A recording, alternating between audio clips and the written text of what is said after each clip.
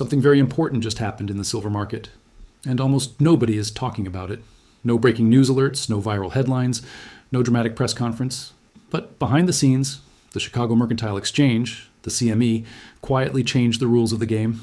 And those rule changes could end up being one of the biggest accelerants in silver SSO move toward triple digits. If you hold silver, if you trade silver, or if you've ever wondered why silver behaves so violently compared to other assets, this is something you need to understand. Because what the CME just did doesn't affect everyone equally. In fact, it hurts one specific group badly, and it quietly benefits another group in a massive way. Let's break this down clearly, calmly, and without hype. The rule change. Nobody explained properly. The CME recently updated how margin requirements are calculated for silver futures contracts. Now, if that sounds boring or overly technical, stay with me, because this is where everything changes. For years, silver futures traded under a fixed dollar margin system. That meant traders had to post a set amount of collateral per contract. No matter how high silver prices climbed, silver could be $25, $50, $75, and the margin requirement barely changed. That system allowed enormous leverage, especially for short sellers, but now that system is gone. What changed? In plain English, under the new CME framework, silver margins are now percentage-based. As of now, traders must post roughly 9% of the total contract value as collateral. That means something critical.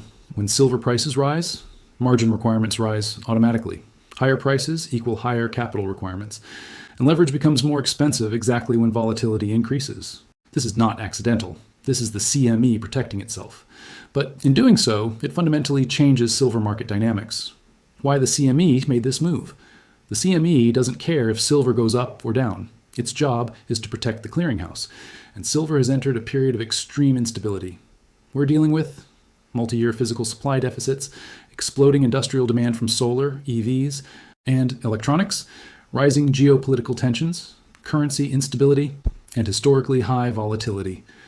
In a fixed margin system, rapid price increases expose the exchange itself to risk. Percentage-based margins scale automatically. From a regulatory perspective, this is defensive.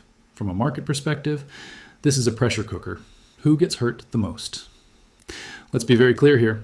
This rule change hits paper silver traders, especially short sellers, the hardest.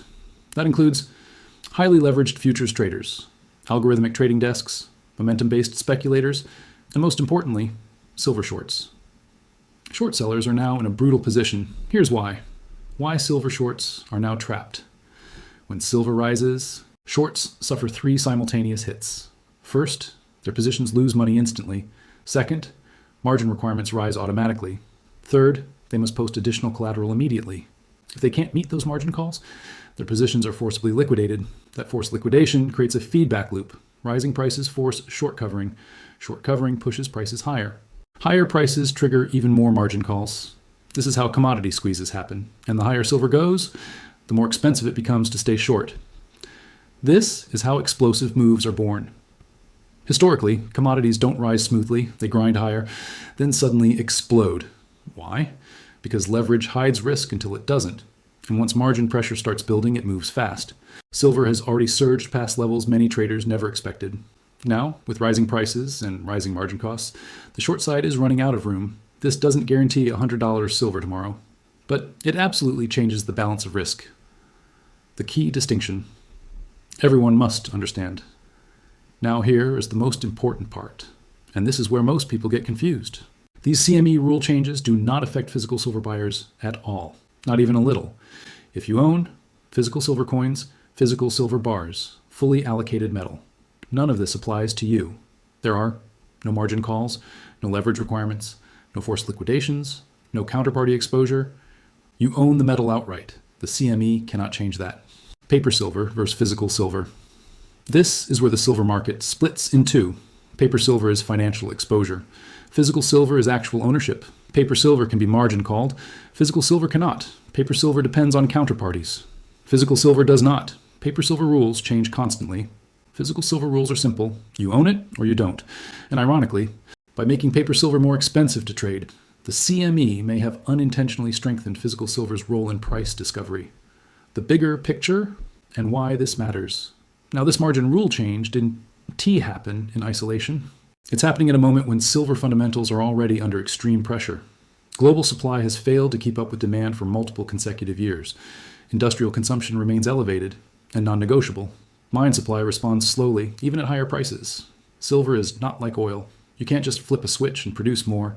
So now we have tight physical supply, rising prices, increasing volatility, and higher costs for leveraged short positions. That combination has historically led to sharp upside repricing events, not gradual moves, violent ones. What this means for investors. Going forward, this doesn't mean silver goes straight up in a line. There will be pullbacks, there will be volatility, there will be shakeouts. But the structure of the market has changed. Short-term traders face rising costs. Leverage becomes dangerous at higher prices. Paper silver becomes less attractive to suppress. And physical silver holders? They remain completely unaffected. In fact, they may benefit the most. A quiet shift with loud consequences. This is why the CME rule change matters, not because it guarantees a price target, but because it shifts power away from leveraged paper traders and back toward real supply and demand. When rules start changing during bull markets, they almost always favor strong hands over weak hands. And in silver, strong hands are the ones holding the metal itself. Same tone, same voiceover-only style, no visuals, no stage directions. Now let's talk about where this leads. Because margin rule changes don't just alter trading behavior, they change who survives volatility. And silver is entering a phase where volatility isn't going away, it's accelerating. Why volatility will increase, not decrease. Many people assume higher margin requirements calm markets. In reality, the opposite often happens. Here's why. Higher margins reduce participation. Reduced participation lowers liquidity. Lower liquidity makes price moves sharper. So instead of smooth price action, you get air pockets, gap moves, and violent intraday swings. Silver already has a reputation for explosive behavior. Now combine that with a smaller pool of leveraged traders, reluctant short sellers, rising physical demand, and constrained supply. That's not a recipe for stability. That's a recipe for sudden repricing events. And why $100 silver becomes more plausible, not less. Let me just be clear, price targets are not guarantees, but market structure matters. Silver doesn't need speculation to reach higher levels. It needs forced repositioning. And that's exactly what percentage-based margins create. As silver approaches psychological levels, $85 and $90, $100, short positions become increasingly expensive to maintain. At some point, shorts stop being bearish bets and start becoming liabilities. That's when covering begins, not because sentiment changes, but because math forces it. The role of institutional behavior. Here's something most retail traders miss. Institutions don't react emotionally, they react structurally. When risk models change, positioning changes, rising margin requirements trigger internal risk limits, and those limits often force position reductions, reduced exposure, or outright exit from trades that once made sense. This doesn't happen all at once. It happens quietly. And by the time it's obvious in price, the positioning shift has already occurred. Why physical silver becomes the anchor. As paper markets become more expensive and fragile, physical silver becomes the anchor point, not because of hype, but because physical silver has no leverage embedded in it, no margin, no liquidation risk, no exchange rule changes. In times of stress, markets gravitate toward certainty, and physical metal is certainty. This is why, historically, during late-stage commodity bull markets, futures markets become volatile and thin, ETFs become less reflective of physical conditions, and premiums disconnect from spot prices. That divergence isn't a glitch, it's a signal. The quiet shift in price. Discovery. Price discovery doesn't happen where the most contracts trade. It happens where the last marginal ounce is sourced. When physical silver becomes harder to obtain, the futures price eventually has to respond. Margin rules don't stop that. They delay it, and delays often lead to sharper moves later. What not to do in this environment? This is where many people make mistakes. They overtrade volatility, they chase leverage. They assume silver behaves like stocks. It doesn't. Silver punishes impatience. Margin rule changes amplify that punishment. This environment favors lower leverage, longer time horizons, and real ownership over paper exposure. Trying to outsmart volatility often leads to being forced out at the worst possible moment.